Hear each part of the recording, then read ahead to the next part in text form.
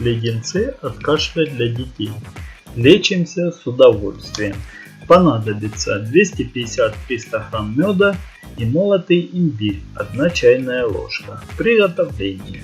Смешиваем мед и имбирь, ставим на очень маленький огонь и варим 1,5-2 часа.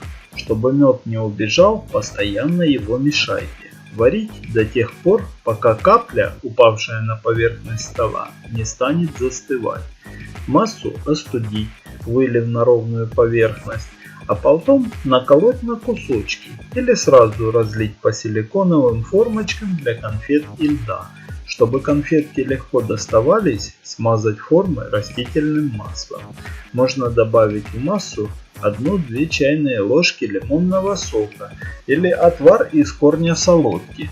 Можете сделать леденцы на палочке. 3-4 леденца в день, и вы не заметите, как ребенок поправится. Тем более, что сделано это самостоятельно и не содержит консервантов и красителей. Если это видео показалось вам полезным, ставьте лайки, оставляйте комментарии, подписывайтесь на канал. Спасибо.